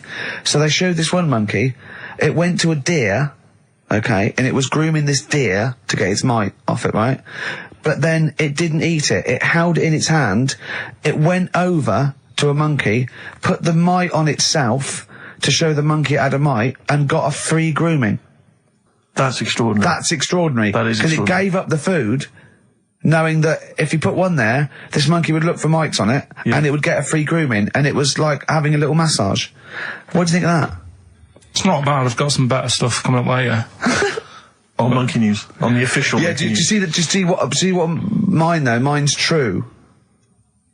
I mean, that's an interesting and extraordinary. It actually happens. It's social behaviour amongst primates. Actually, so I saw it. It was, you know. Did it rob a bank, Rick, at any time? It didn't rob a bank, and it didn't open a hairdresser's. See, that's what you're letting. That's what you're letting yourself down. It's not quite good enough, is it? My Monkey News. No, I got some. See the difference where I named the species, explained it slightly, told you an interesting fact, as opposed to there's this monkey, right? And look at him looking at you. Yeah, he's not interested, Rick. Can I tell you now? Can I try and describe for people the face that Karl has? I'll tell you what it's like. It's like if you draw some eyes, a nose, and a mouth on a balloon, and then inflate it to about half full. That's what Karl's face looks like. That's what his head looks like. It looks like a face you've drawn on a balloon. Very small, the rest of the head huge. It's just that today I'm a bit tired, right? That's one thing. Why are you a bit tired? I just haven't been sleeping, right? Why not? I don't know. I've got a lot going on in the head. Oh, if this would be like The Simpsons, if we could actually look in there, there would be two monkeys grooming now. Plus, you've been talking about, like, stuff that I can't relate to and that, so I'm... What, writing poetry? Like what? Reading books? Yeah, doing poetry and stuff. I never did any of that. What did you do? Well, at school they didn't bother. They tried to get us to write more, right? Right. by, Giving you a pen? no, they used to give us these school diaries, Yeah. little red book, and it was a way that they kept an eye on what you were doing out of school hours. Right. So some kids would write down, you know, Stole a bike. yeah, Burn the house down? Yeah. But when I was at school, around that sort of 12 age, I didn't get up to much. You have no money, there's no what you can do. So every night it was the same thing. I'd get home, and I'd have to go to the shop, right, and get some potatoes and some bread every night, right. And I kept taking this into school. Sorry, what was it, Dublin in the 17th century? Yeah. What do you mean every day you went to the shops and got potatoes and bread? That's kind of what I had to get all the time. That's what we had. Why? What did you have? Chip sandwiches? Yeah. Right, so you went to the... Yeah, you went there. So I kept With your hoop putting and that. stick. yeah. I kept putting that in the diary, you know, every night, saying went to U Phase. That was the name of the shop. Yeah. What is it called? U Phase, What is it, you or you? like HUGH Phase. H-U-G-H, yeah. Oh, that was his name? U Phase, right? Right. Used Yeah. to go there, get the potatoes and Bread. and that. I love the fact someone who's named a shop after themselves. I'm not going to say what we sell. It's named after me or nothing, or I'm not opening. Mainly potatoes and bread. White sliced loaves, King Edward's. And the teacher used to always say, just write something different in there, make something up. Because, like, you know, Monday, Tuesday, all the way through to Friday, every night, it was just, went to U Phase. Went to you. So you sort of... You came Are you to... sure it wasn't an advert? Sure he wasn't paying you to say, get my name in the book? Yeah. The only time that it changed, and she said, oh, that's made it a bit more interesting, was when it was my birthday and I had to buy a cake. Potatoes and a cake. And she said, oh, that's good. Yeah. That was my 13th birthday. My mum said, I got home from school, she said, oh, you're 13 today. Teenager, big turnover. Go and get a cake. That's your experience of writing. No, what? Well, no, kind that's of, your yeah. experience of your 13th birthday. Oh, by the way, you're 13 today, go and get a cake. Yeah. Brilliant. Big surprise? Was it a big surprise? Yeah. yeah, that is brilliant. I love it. That's the only sort of writing. Well, Yeah. and they never asked you to write essays or stories? Did you anything? never write a story or a poem or a... The stories I did earlier on were, you know, you made them up, but it was that thing that I'd always end them with, and an alarm went off and it was all a dream. Every single one of them. Yeah. But they didn't, I mean, it was a bit of a... I bought some potatoes and some bread, then I woke up and it was all a dream. No. Then I went to shops and bought some potatoes and Yeah. bread. But did you ever do anything that write about an adventure when you were a spaceman, or you were you were a cowboy, or no? All the teachers, like, had scams going on, so, like, in English, right, you'd go in there and the teacher would say, right, what we're doing today is, got a load of brochures from Thompson, but they say, like, 1983 on the front, so I've got a load of stickers here that say 1984. Let's see how many you can do in half an hour. You are joking. Did you go to school with Oliver Twist? Sorry, you are joking. I'm not, that's what they did. So the teacher must have been getting, like, a freebie or something for helping them out. Is this... Honestly, yeah, that's what it was. That is fantastic. They were all at it. All They were all... Other than Mr. Fagan, you had... Yeah, and then when they saw Karate Kid, they had every kid washing their car, go wax on, wax off, hurry up. Yeah. I'm teaching you something. Wax on, wax off, paint the fence. So I'm just saying, you know, that's why I'm a bit quiet, because you're talking about stuff I Can't relate to. And why didn't you sleep last night? I haven't slept well since I was about 12. Do you sleep well, Steve? Oh, wait, you can't let that go. I haven't slept well since I was 12. What do you mean? Do you know, like, a proper... I used to love going out of bed as like a kid. Yeah. Whereas now it's like, oh, am I going to sleep tonight? And I sort of wake up about 4 times. Whereas when you're a kid, I remember really loving, like, going out of bed. There was one time where I actually laughed myself to sleep because I couldn't believe me luck. Is there something wrong with him? What do you mean you laughed yourself? Have you ever had it when you're really tired and you get in bed and the pillows feel it's all dead? cold. Yeah. And it's like, I can't believe this. Yeah. And it happened twice. Once when I just went to bed and I was really looking forward to it, and also when I helped my dad out once, like, through the night. He worked at this paper company, right? And I helped him out, and I got in at about 4 a.m. with him. Got in bed, and I just was like, I was laughing my head off. I had to put the pillow over my head because I couldn't believe me luck. Like, I was like, oh, this is great. This. I'm going to sleep. I just have to say, life up north is so extraordinary. No, but you must be the easiest kid in the world to please. No wonder she knew she could just go get a cake. It's sort of like, what was he expecting me to say? He were expecting an extra hour in bed, but we got him cake as well.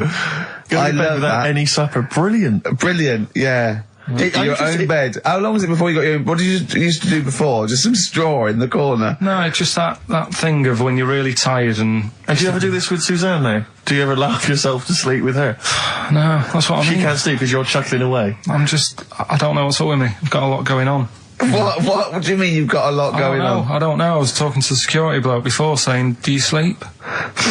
Have you got much going on in your head and stuff? And I don't know. No, he wasn't insulted by that, I'm sure. Going up to someone and going, have you got a lot going on in your head? That is brilliant. It worries me. It's interesting that your lack of sleep coincides with the diaries and the writing of the bread and potato story every day. I don't know if once you had that responsibility. Why don't you every night go to Hugh Faye's, get some bread and potatoes, you don't have to eat them, then go to bed, and I think you'll be chuckling yourself to sleep in no time. Radiohead, they're their new single. Nice. On XFM 104.9. Now listen, some DJs are a little bit lazy. They get playlisted, or they get people to phone in with requests. I mean, they sort of work out what they're going to say. Now, we choose our records, don't we? But we are very lazy. Yes. So I thought, why don't the people phone in, say, what do you want us to talk about? Clever. Yeah? Clever. I mean, because I'm out of stuff. I didn't come in with any stuff anyway, but I mean, I'm out of just... Yeah. What's the number, Carl? Sorry, are you out of breath having finished that sentence? No, I've been squeezing his head. Ah, right. Fine, as long as there's a decent reason. What I do, my technique, I'm only allowed to squeeze his head between 1 and 3, aren't I, Carl? Yeah, that's right. And what I do is I get ready. There's one I do the clamp either side of the temple and I squeeze. And that's dangerous because I think the head isn't as strong that way. So I don't go too fast. But then when I put one on the forehead and one on the back of the head and I squeeze, I go really hard, don't I? So do call in with stuff to talk about on 08700 800 1234. See, I don't know what Dr. Fox is talking about. I can't believe any of the award winners have ever spoken about the various techniques to use while squeezing a person's head. And then phone in, what should we talk about? I'm stunned at Carl's rudeness, okay? That's badly drawn boy, by the way, all possibilities. There's a lovely chap just calls in saying about... And Carl, because the record's ending, he doesn't say, oh, I've got to go to the record's end. He went, yeah. And he... But, so... He's probably still there. Well, cut him off. Well, just check if he's still there. He doesn't want to be on radio. He said he didn't want to be on the radio, but I think he should apologise. I'm still here, hello? Hello. All right. I'm still here. I did ask not to be put live on radio because I get very embarrassed. Don't worry, all we wanted to do is we just wanted to apologise for Carl's curtness and his rudeness. Now, all I want to say is the station is good because you couldn't have a worse slot on a Saturday afternoon, right? Because the youngsters are in the boozers, the older fellas are doing the punting, the racing, the football and whatever. The thing is, the state you play, if you want to get number one... This is XFM, not Radio 2. If you want to be the top, all you got to do is start playing Natalia Umbraglia, this and that, and have your audience with one puke of hair between four legs, okay? Thank you. There you go. No, that's why I don't want to go live on radio. But you are dead, when Christian got a little bit sick about being 13, then he got to go, whatever. You're the soundest station in the area. You cover... I don't like all the stuff you play, the station plays, but you're actually doing what's there. Thank you very much. You keep going, persevere. And you'll make it's well worth listening to anyway, okay? Thank you, cheers. Otherwise I wouldn't... Can you hear us? Thank you, bye. Dead sound, mate. Be careful, yeah? I mean, I can see why you cut him off. Stop it. Man right. alive. We've had so many calls. Carl was getting annoyed. There were so many calls.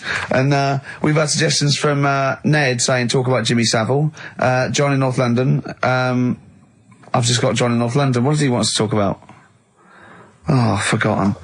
Becca from Liverpool wants to talk about Tracy Emin and Damien Hirst. Art. Paul Andrews, your mum called. Stop calling her. Tell her to listen to XFM.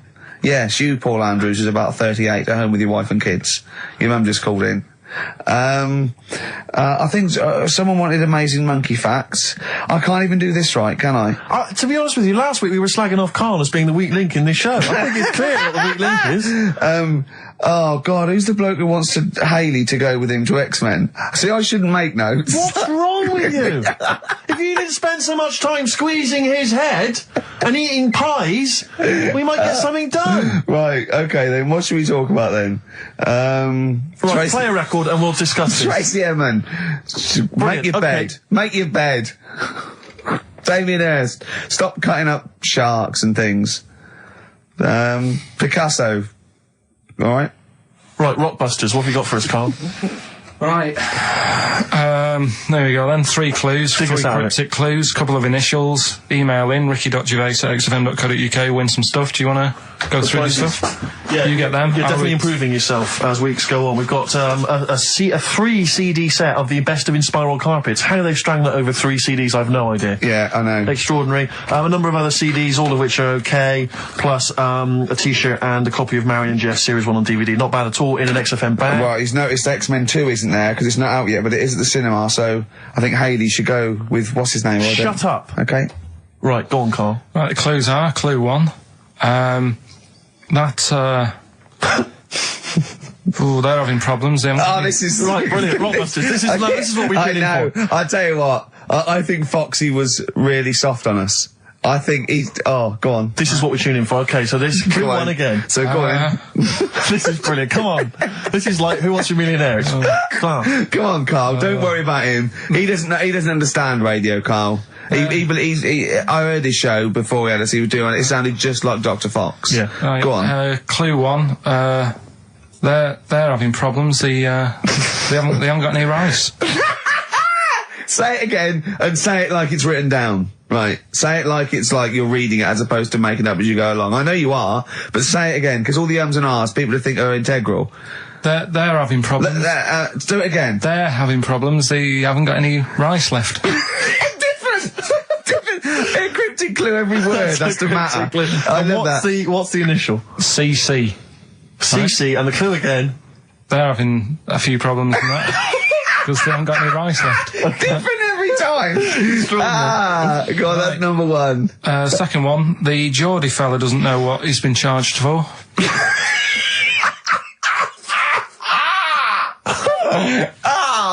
Okay, and what's the initials there? DW. Oh. The Geordie fella doesn't know what he's being charged for. Right. And the final one, if he had 2 bricks and he had to throw them at 2 women, right? Stop! Right, you've got to go through this without going, right? Oh, yeah, just do it again. Just say it again. Think what you're going to say, then say it. I had 2 bricks. Oh, no, it was if I had before. Well, I've got Stop it a minute! Stop! Because I'm going to burst. Right, Karl, work out what you're going to say and say it. Right. Okay, just calm down. Can we just everyone calm down? Okay, right. I had 2 bricks to throw at 2 women, and I didn't hit either of them. Right, okay. The initials MM. Right, okay. So quickly again. They haven't got any rice. I've got that, and it's brilliant. That is a brilliant one. Okay. Right. They've run out of rice. They've got problems on their hands. CC. Right. The second one, Geordie fella doesn't know what he's being charged for. Right. BW. And I had 2 bricks to throw at 2 women. Didn't hit any of them. Right. That's MM. Email in, ricky.gervais@xfm.co.uk. Brilliant. Play a record. Win some stuff. It's email only, ricky.gervais@xfm.co.uk. Oh. Evan Dando and the Lemonheads. That's a track called Rudy with a Flashlight. Of course, Evan's got a new album out, but working for an alternative radio station, Rick, it would be ludicrous to think there was a copy of that lying around. Oh, do you know what I mean? But email only the Rockbusters. That's what this is all about. Rockbusters. Coming up soon. Monkey news. Indeed. Plus, of course, I have very special guests this afternoon, Tattoo. Oh, yeah. Be in a minute, won't I look forward to them. Adverts? Yeah. XFM. White Stripes. 7 Nation Army. On XFM 104.9. Karl, are you thinking of starting a family?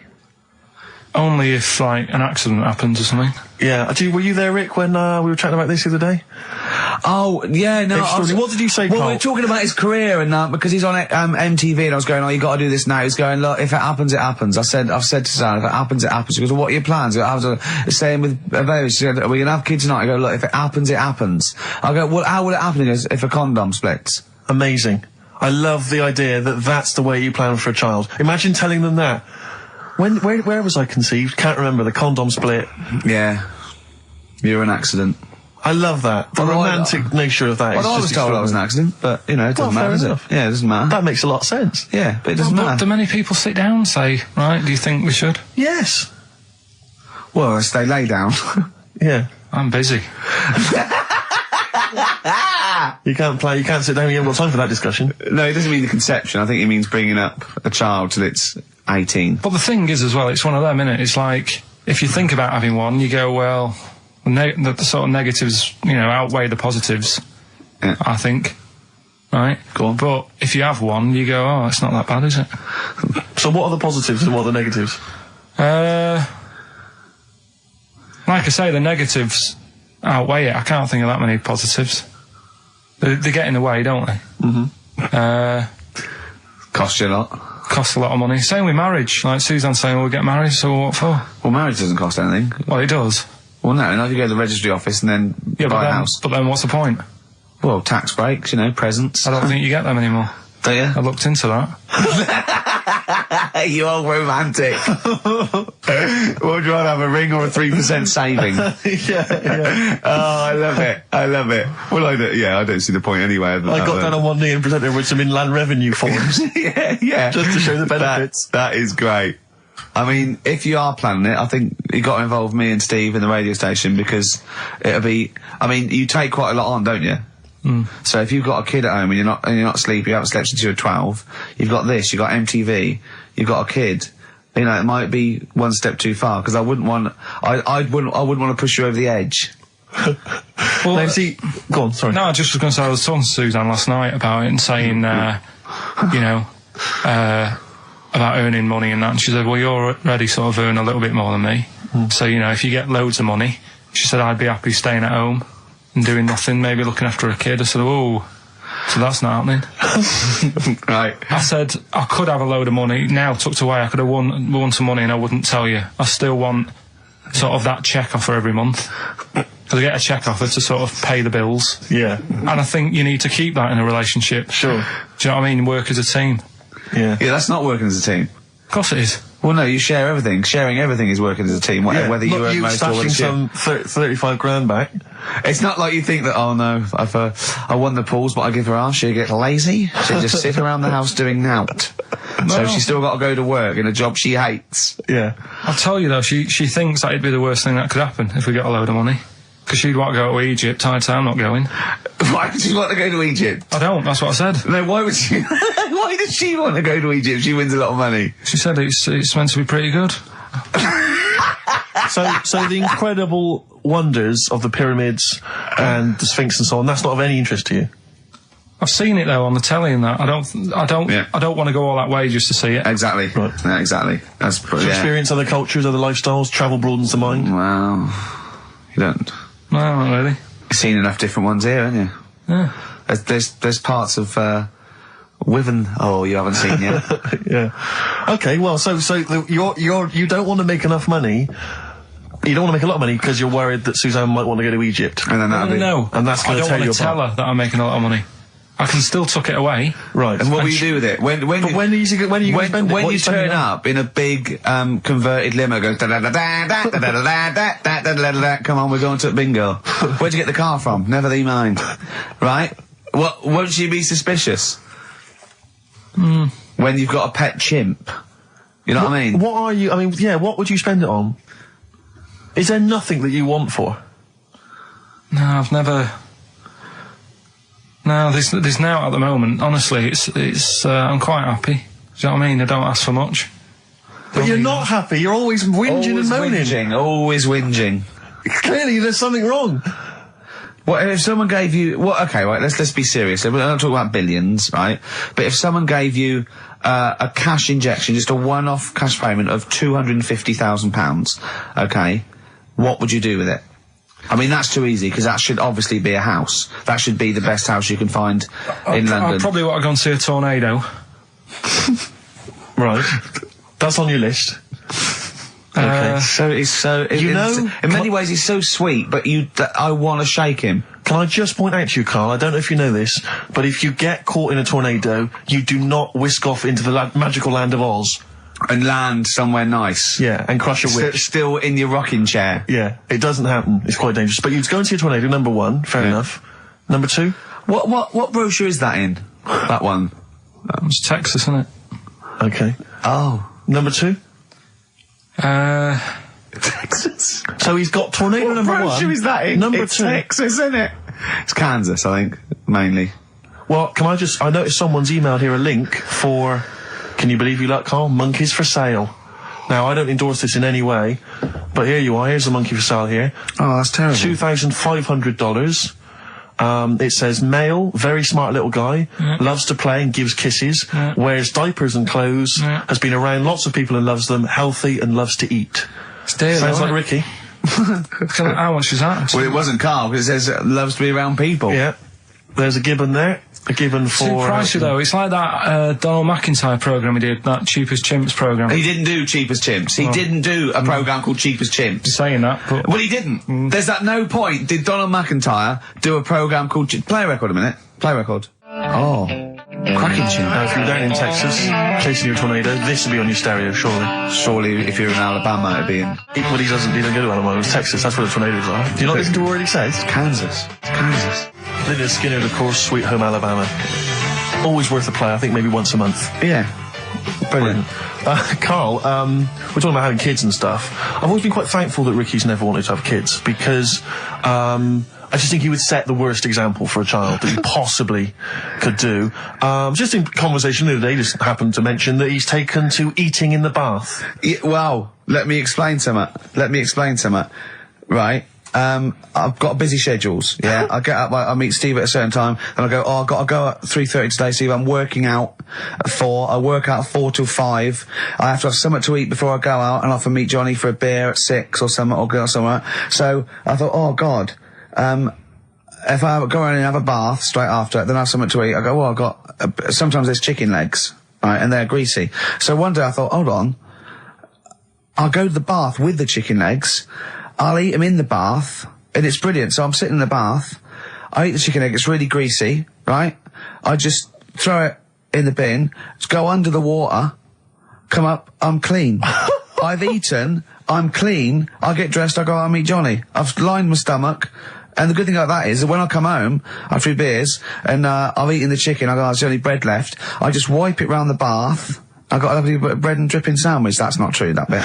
But I do eat in the bath. I mean, the second week of doing it, I was just eating in the bath. I think I was in chicken legs again. I'm eating in the bath. Jane walked past, just looked in at me, and she went, Christ, Caligula. Well, just me, a fat Roman emperor eating. Caligula, to be honest, is just too cool and impressive. Not Caligula, Old Man Steptoe. Have you seen the one where he's in the bath eating pickled onions? No. He sat in the bath, he literally sat in the bath, eating some pickled onions, some of them slip under the water, he fishes them out, put them back in the jar. I'd never do that. No, you'd eat them. You would never, they wouldn't let food go by like that. But it's so... But it's the fattest chicken, it's big greasy slabs of chicken, yeah. You're throwing the bones on the floor. No, I'm putting them for the wolves to scavenge. I'm putting them in the... Stop biting your nails, Karl. Not only can you hear it, it's really rude. I don't know, what... Yeah, you're criticising him? Yeah. Criticising him for biting his nails? Yeah, you don't know where they've been. You eat chicken in the bath and then go under the water and come up clean while sat in some water swimming with grease and fat and chicken bones and breadcrumbs. Well, I like to bath. I like to bath like 2 or 3 times a day. But do you not see why that's not cool and impressive? It's not like we're all going to go, why haven't we all thought of that? To be honest, though, Steve, that is the only time I eat oranges. I know what you mean. Yeah, that's, I've always thought that, an orange, I go, oh God, this is too annoying, and I don't bother eating oranges, unless they're tangerines, you can peel them in one and put them in one. I don't have big jaffas, there's just not, it's not worth it. What is wrong with you? Firstly, have you ever thought about cutting an orange into 4 quarters with a knife? Waste. What do you mean a waste? More washing up. Yeah, right. So this is what you. This is why you can't sleep at night, because you're thinking, I got to run a bath and have an orange. I haven't got time. I'd like an orange now. I need the vitamin C, but I got to run a bath for it. At least have a shower. I'm not going to be in there with another man. Oh, It's dear. like the two of you are just. You are like children. You're infants. Your mentality is ludicrous, and you're embarrassing us in front of our special guests. Oh, yeah. I can't believe it. Now, of course, last week we've had tattoo here. We've had a number of letters, Rick. I'm just reading them now. Saying, Okay. last week, loved your interview with Chris Martin from Coldplay. Yeah. Genius. Another one here. Great insight into the man who wrote Yellow and Clocks. Yeah. Fascinating. Yeah. Steve Merchant's interview with Chris Martin was amazing. He showed his own TV show. Yeah. Just some of the letters we've received, Rick. Yeah. So this week, we're very lucky to have with us Russian pop act Tattoo. Round of applause for them. Hello. Lovely to have them here. Tattoo. Now then, of course, there's been much controversy that your kind of lesbian shtick is just something to try and whip up some press attention. Yeah. Is that We are proper lesbians. We love fanny more than cock. Okay, brilliant. And Tattoo, lovely to have you here. Thanks for coming. Yeah. Now then, you've got some live gigs, I understand, planned. Yeah. Duh. Okay. I can't help but notice that you sound, dare I say it, Tattoo, you don't sound so much Russian as German. No, we cannot do the accent properly. Okay. And Tattoo, it's a joy to have you. Thanks for coming down. Yeah. And finally, thank your lesbians would, for instance, either myself or Karl be able to convert you from the lesbian ways? We like the muff so much that the knob is no good for us.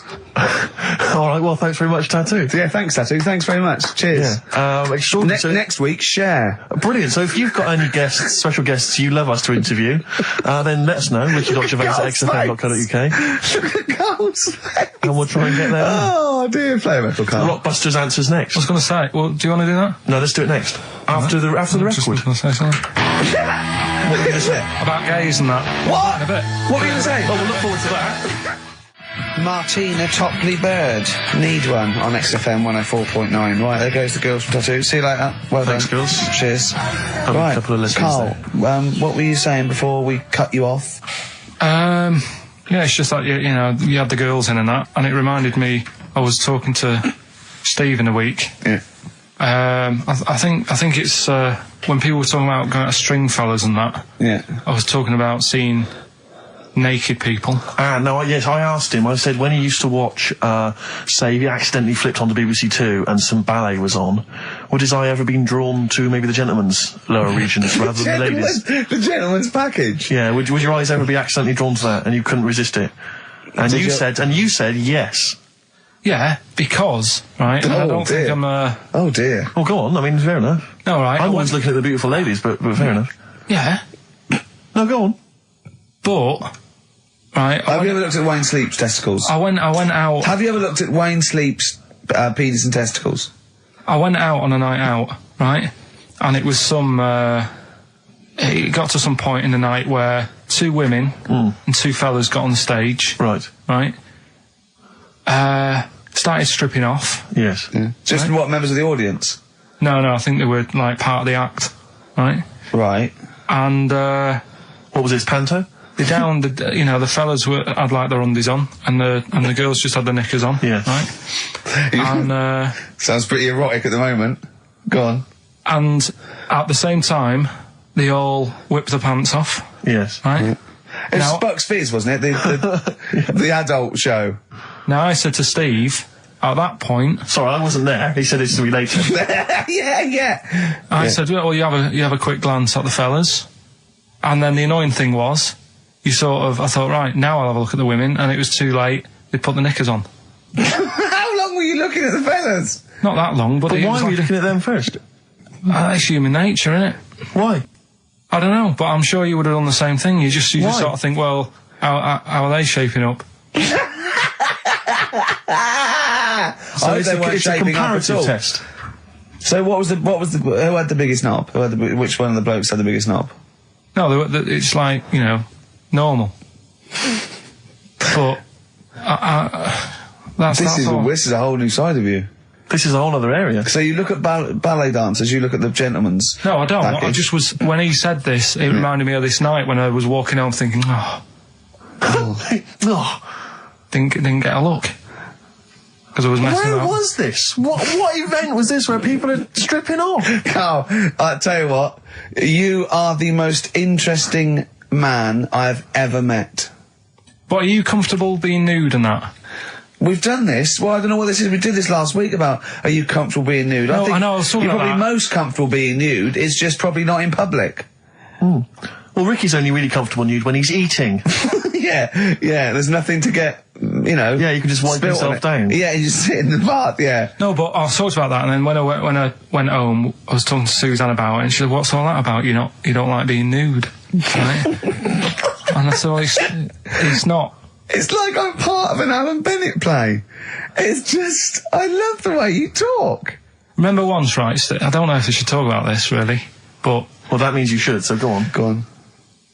oh yeah, right. We went to Tenerife, right, one year, and I was still living in I'm Manchester. scared now. Yeah, that I don't know White what's said that. I'm going actually No, scared. I'm thinking about Suzanne, but she's Well, working. I don't want to know anything about Suzanne, Come to on, be no, honest. but If come it's on, gonna be- It Go on. involves me more. Let's hear on, the story. go But on. I'm just explaining to you that I don't like being nude. Yeah, Go on. so you're in Tenerife. In Tenerife, right? Didn't have much money. Stayed in this apartment that wasn't that nice, right? Had the cockroaches in it and stuff, right?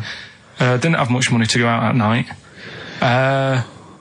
So we're in this sort of death trap of an apartment, right? Anyway, so when I was younger, right, had a bit more energy. So He's 30. 80, I know. so you know, start having it away a bit. It's a joy. Beautiful. It's so, good, yeah. I've been here to a while. I love it. Go on. Right, so, you know, doing what I do, right? Yeah. Someone starts banging on the door. So Suzanne Everyone's says, at it. Right, so you mean knocking on the door? Right, okay. knocking on the door, right? So Suzanne said, you better get it. So I said, I can't get it now, can I? I'll have to wait a bit. Right? I can't go to the door. Go on. So the banging's getting louder. Yeah. Someone at the door. Yeah. And she's like, hurry up, it must be important. I'm like, in a minute. Just, so anyway. I don't want to know anymore. Keep No, come on, finish the story. Open the door. It's a fireman. So I just stick my head round, and he's going, you'll have to get out. The building's on fire. Right? So I'm like, in a minute. Sorry, you weren't still having sex at this point? No, but, you know, Right. still sort of got to wait a minute or I can't get my pants on. Oh, Carl, I wish I'm so sorry. Right, go on. To So listener. now, So the place is burning down. So it could be a serious big fire going on. Yeah. I'm sort of waiting. You can hear people sort of screaming and that, panicking. Is that because the door's open and you're nude? The fireman's saying, will you get out, will you get out? I'm saying, in a minute. Right. And Suzanne was saying, you know, think of something that's not sexy. Sure. So I was thinking of people, you know, thinking maybe down in a fire might sort of calm you down. Yeah. Then the fireman said, we need a big pole. Yeah.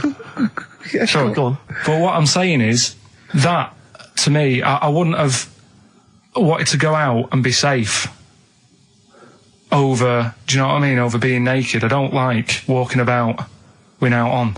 So what I'm saying is, even if that fire... I love the idea of everyone huddled in there with all the firemen. It just, the camera spans along and there's Carl. Yeah, a just local news report. naked. With still But would standing proud. you have gone out, we're now on, But why do I have to go out with now on? I'll just grab a pair of jeans. alright, but you've just, you know... What? There's a fire, Carl! Yeah, but See, not everyone looks at men's packets. That's only you, remember. Most of the other firemen wouldn't be going, oh, look at him. But He's what I'm pleased- interested in is he's how pleased long... to see us. Carl, how long did it take? And did the thought of dying in a fire help? After a bit, but the fireman sort of had a go at me. Sure. What do you mean? Well, he wasn't happy that I was dawdling.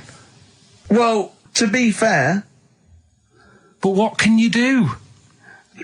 Answers on a postcard. To the usual address, XFM, care of Leicester record. Square. Well, let's just get these rocks. So let's play a record. Let's have Rockbusters and Monkey News. we don't have time for afterwards. monkey news. We'll squeeze them in. Wow. Life on Mars by David Bowie on XFM. Right, come on, we're running out of time. Blockbusters. The results in... Sorry. Oh, what a giveaway. Oh, no, embarrassing. I've given it away. Straight into monkey news. Go on then. So, Rockbusters, what were the clues? The clues were, the first one was, they're running out of rice, so they've got problems. That was CC. That was China crisis. Right?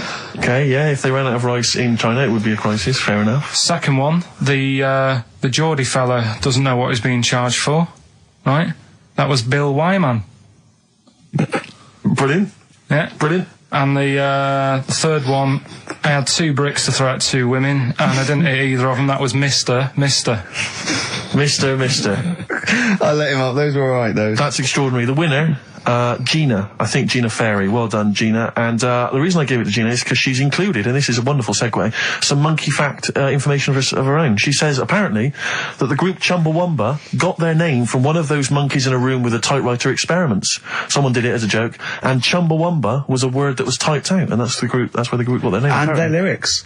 Absolutely, yeah. Which is good. So let's have official monkey news. Play the jingle. Oh, chimpanzee that monkey news. Alright, we've got to be quick. Go on, But, this is something that was sent in to me ages ago, and I don't know why I haven't done it yet, because it's brilliant. We were talking about monkeys typing, the Shakespeare theory and all that.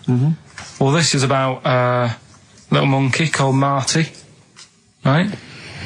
Basically, it's in some science lab, right? It's in there. It was wandering about out of its cage, right? The lab fella was busy on the phone or something, right? And Typical.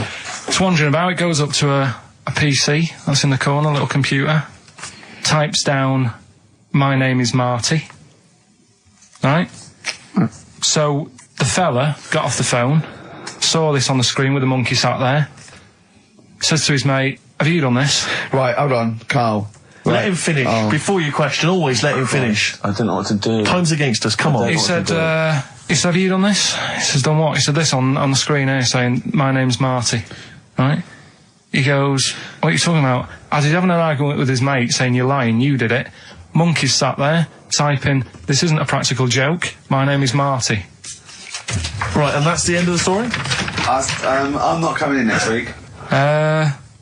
I think we need a week off. I actually think we need a week off. He's doing a web chat or something. You can go online and have a chat with it. The monkey's doing a web chat. I don't know. Has he got his own website yet? His favourite Buffy the Vampire Slayer? Have a look at that. Right. Do you believe that, Carl? It's all there. No, but do you believe it? Do you believe that monkey could type that and then say this is not a practical joke when he's still arguing? Weird, isn't it? Oh. What do you reckon, Steve? Yeah, well, it's obviously a wind-up. It's a joke. It's not even... You haven't even got some of the facts wrong. It's just a wind-up. Have you noticed the date? Is it April the 1st? It is April the 1st. You are joking. That it was sent. You're an idiot, Carl. It was sent on April the 1st, Carl. So you're saying the monkey knows it's April the 1st, but you And don't it's doing believe... a wind-up, yes. Yeah, I think the monkey has thought, I'll do it on April the 1st so that people think that it's a wind-up. In actual fact, I am a monkey that can type and read. It's a shame you never went into investigative journalism. You could have brought down, the Watergate scandal. Poor Carl. Well, I was thinking of a song that sums us 3 up. Yeah? What are we? What do you think? How would you sum us up? Tricky. Well, young, gifted and black. True enough. Apart from a couple of them. Yeah, well, we're not gifted. No. And we're not very young. No, I'm certainly not. Shall we take a week off? Yeah. Should we maybe just knock it on the head altogether? We'll take a week off and see what happens. Okay. See you next... No, let's not see you next See you in week. a couple of weeks. Yeah. Cheers then, Carl.